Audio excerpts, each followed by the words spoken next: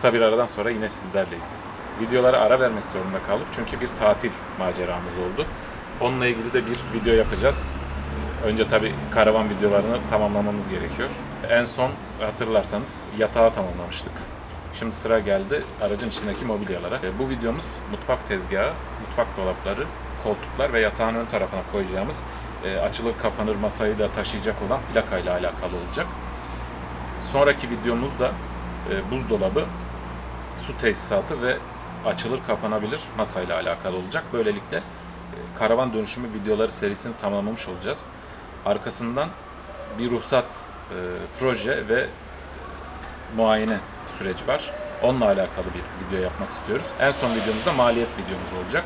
Orada da oldukça detaylı olarak size maliyetini anlatmaya çalışacağız karavan. Videolarımızı beğenmeyi, abone olmayı ve yorum yapmayı unutmayın. Çok uzatmadan hemen videoya geçelim. İyi seyirler.